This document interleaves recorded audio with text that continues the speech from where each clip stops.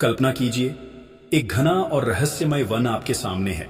चारों ओर गहन सन्नाटा, पेड़ों की टहनियां हवा में कराहती सी सीटी बजा रही हैं। झींगुरों की तीखी आवाज वातावरण में और अधिक भयावहता भर रही है। आप अकेले उस वन पथ पर बढ़ रहे हैं। अचानक आपको महसूस होता है कोई आपका पीछा कर रहा है।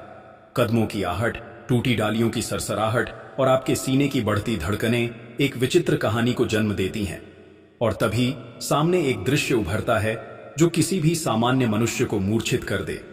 3 भयानक आकृतियां, उनके बाल वर्षों से अनस्वरे, सीधे ऊपर खड़े, आंखें अंगारों की तरह तपती लाल, दांत इतने बड़े और नुकीले जैसे कोई जंगली पशु शिकार पर टूट पड़े। शरीर पर हड्डियों की उभरी परत, पसलियां भीतर तक गिनी जा सकने लायक, और चीखती मौन आत्माएं जिनके स्वर गले से जैसे फंसे फंसे निकल रहे हों। ये प्राणी कौन थे? क्यों इतने भयावह रूप में भटक रहे थे? क्या यह साधारण प्रेत थे या किसी श्राप की देन? ऐसे ही समय में उस घनघोर वन में प्रवेश करता है एक तेजस्वी ब्राह्मण, धन शर्मा। भय से दूर, उनमें केवल भगवान विष्णु के नाम का शरण भाव है। वह उन विकराल आत्माओं की ओर निडर कदम बढ़ाते हैं और प्रश्न करते हैं, हे आत्माओं, बताओ तुम्हारी यह दुर्दशा कैसे हुई? किस पाप ने तुम्हें इस प्रेत योनि में पहुंचाया? और फिर जो रहस्य उजागर होता है वही है पितृपक्ष की सबसे दिव्य कथा। यमराज स्वयं इस कथा को सुनाने वाले हैं, जिससे हम सभी जान पाएंगे कि क्यों हमारे पूर्वजों के लिए श्राद्ध और तर्पण करना आवश्यक है। मित्रों, यह कथा केवल एक पुरानी गाथा नहीं, यह गरुड़ पुराण में वर्णित वह पावन सत्य है जो मानव को उसके पितरों के आर्ण की याद दिलाता है। जो इसे सुनता है उसे पुण्य मिलता है, दोष दूर होते हैं और पितृ प्रसन्न होकर जीवन की बाधाएं मिटा देते हैं। तो आइए आप इस कथा को पूरी श्रद्धा के साथ श्रवण करें और जानें क्यों पितरों का आशीर्वाद संतान के जीवन की सबसे बड़ी निधि है। अगर आप अपने पूर्वजों का सम्मान करते हैं तो अभी कमेंट में लिखें जय पितृदेव और इस वीडियो को लाइक करना न भूलें। सृष्टि की उत्पत्ति के बाद महर्षियों ने अपने कर्तव्य निभाए, देवताओं ने यज्ञ किए, किंतु मनुष्य को स्मरण कराते हुए शास्त्रों ने बार बार कहा, मातृदेवो भव, पितृदेवो भव। अर्थात माता पिता एवं पूर्वज ही वे प्रथम देवता हैं जिनका आर्ण तौम्र कोई मिटा नहीं सकता।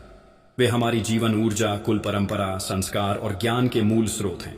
हर वर्ष जब सूर्य दक्षिणायण होता है, श्राद्ध पक्ष या पितृपक्ष का काल शुरू होता है। यह वह पवित्र समय है जब हमारे सभी ज्ञात अज्ञात पूर्वज अमावस्या के पहले पृथ्वी पर अपने वंशजों के समीप आते हैं।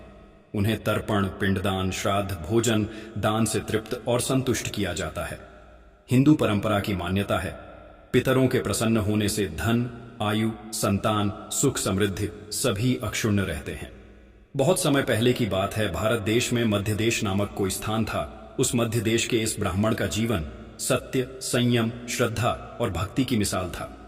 रोज सुबह स्नान, नियम पूर्वक पूजा, गायत्री जप, संध्या वंदन, शास्त्रों का पाठ, यह उसकी दिनचर्या थी। वह सदैव दूसरों के दुख दर्द में सहभागी बनता, अतिथि सत्कार करता और निर्धनों की सेवा करता।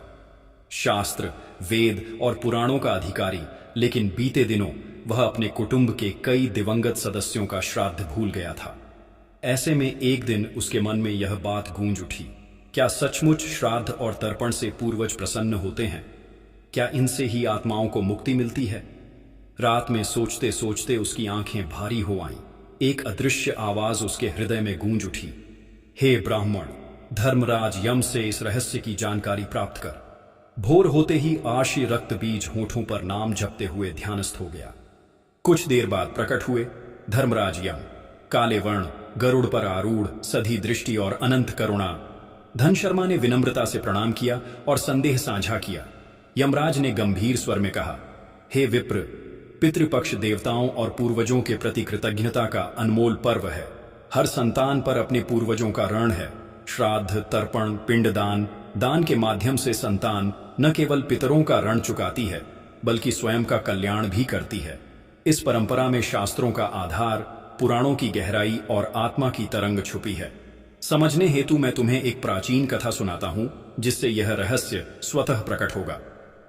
अगर आप मानते हैं कि पितरों का श्राद्ध करना संतान का परम कर्तव्य है तो अभी वीडियो को लाइक करें और शेयर करें। भाद्रपद मास की तरुण बेला, पूरब से आती हवा में हल्की ठंडक और पास के वन में छाई गहनता। धन शर्मा अपने श्राद्ध के लिए आवश्यक कुश, तिल, जलघट, पुष्पादि लेने हेतु वन चले गए। वन में दूर दूर तक सन्नाटा पसरा था। पेड़ों के झुरमुट से छनकर आती धूप और नीचे झरते पत्तों की मधुर ध्वनि मानो अधिकारी रथुओं की अनकही भाषा हो। धन शर्मा मंत्र झपते, पग धरते आगे बढ़ रहे थे, लेकिन अचानक उनकी दृष्टि पड़ी एक गहरे वृक्ष के नीचे। 3 आकृतियां, मनुष्य के आकार की, किंतु उनके स्वरूप में रौद्रता। सर पर उलझे बाल, आंखें ज्वालामुखी सी लाल, नुकीले दांत, ढांसी आंखें, शरीर हड्डियों का ढांचा। शरीर पर वस्त्र या आभूषण के चिन्ह नहीं, केवल दुख और अशांति का चेहरा। सच कहें तो ऐसा दृश्य था जहां कोई भी भय से कांप उठे। किंतु धन शर्मा में अद्भुत धैर्य था।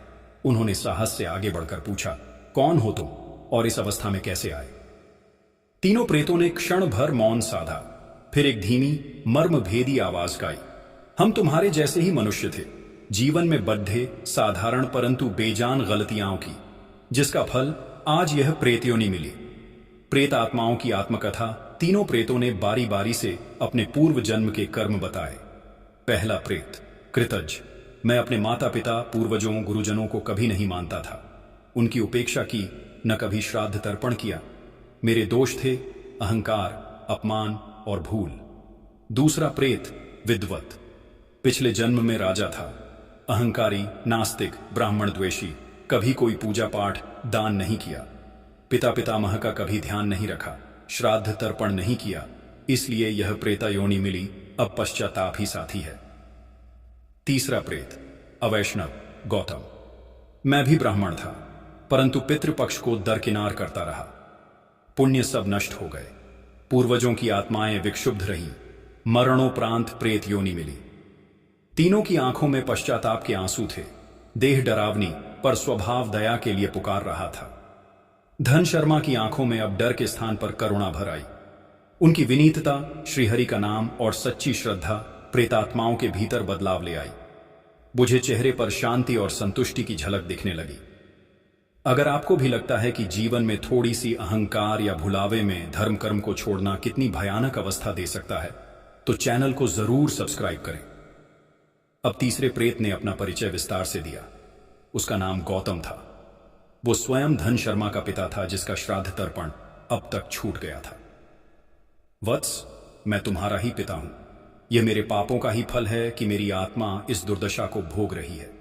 यदि मेरे पुत्र के माध्यम से मुझे तर्पण, श्राद्ध तथा पिंडदान का पुण्य मिल जाए तो मेरी मुक्ति हो सकती है। धन शर्मा स्तब्ध और भाव विभोर हो गया। खुद से लजाते हुए बोला, पिताजी, मैं ही आपका पुत्र हूं। आपकी ऐसी दशा देखकर मेरा हृदय द्रवित है। अब मैं किसी प्रकार आपको मुक्ति दिलाऊंगा।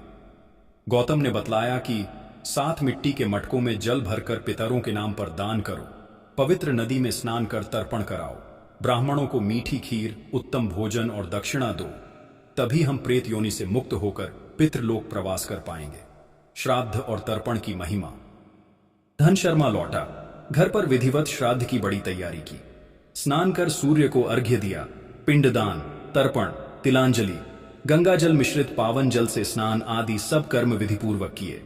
10 ब्राह्मणों को आदर सहित बैठाकर उत्तम भोजन कराया। खीर, घी, फल, सब्जियां।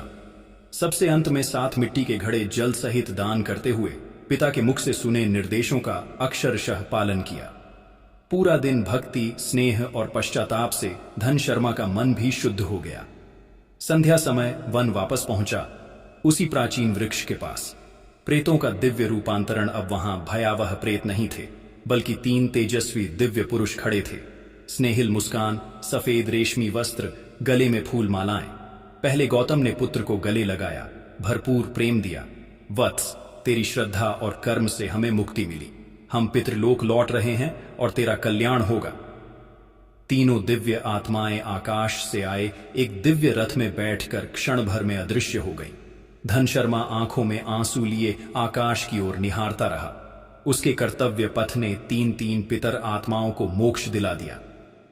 अगर आप भी अपने पितरों की शांति और परिवार के कल्याण के लिए इस कथा को दूसरों तक पहुंचाना चाहते हैं, अभी इस पोस्ट को शेयर करें और कमेंट में जय श्री कृष्ण लिखें। यमराज का अंतिम उपदेश धन शर्मा की श्रद्धा से प्रसन्न होकर धर्मराज यम ने प्रकट होकर प्रणाम स्वीकार किया और कहा, जो कोई भी पितृपक्ष के दौरान अपने पितरों के लिए श्राद्ध, तर्पण, दान आदि करेगा, उसके पितर तृप्त होकर आशीर्वाद देंगे। उनका वंश सुख, समृद्धि, आयु, यश और संतति से भर जाएगा। न पितृदोष रहेगा, न अन्य कोई बाधा। पितृदेवो भव। आत्मा की शांति और पितरों का आशीर्वाद, यही है सर्वपितृ अमावस्या की महान कथा, जिसमें गहराई है, श्रद्धा है, पाप का प्रायश्चित है और कर्तव्य का अद्भुत भाव है। हर संतान का प्रथम धर्म पितरों का आदर, उनकी कृपा से जीवन सुखमय। आइए हर पितृपक्ष पर अपने पूर्वजों के आरण को समर्पित श्रद्धा से चुकाए।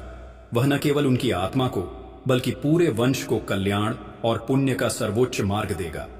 हर वर्ष जब पितृपक्ष आए, इस कथा को पढ़ें या सुनें। पूर्वजों का आशीर्वाद, पिंडदान, श्राद्ध, तर्पण और दान का संकल्प लें।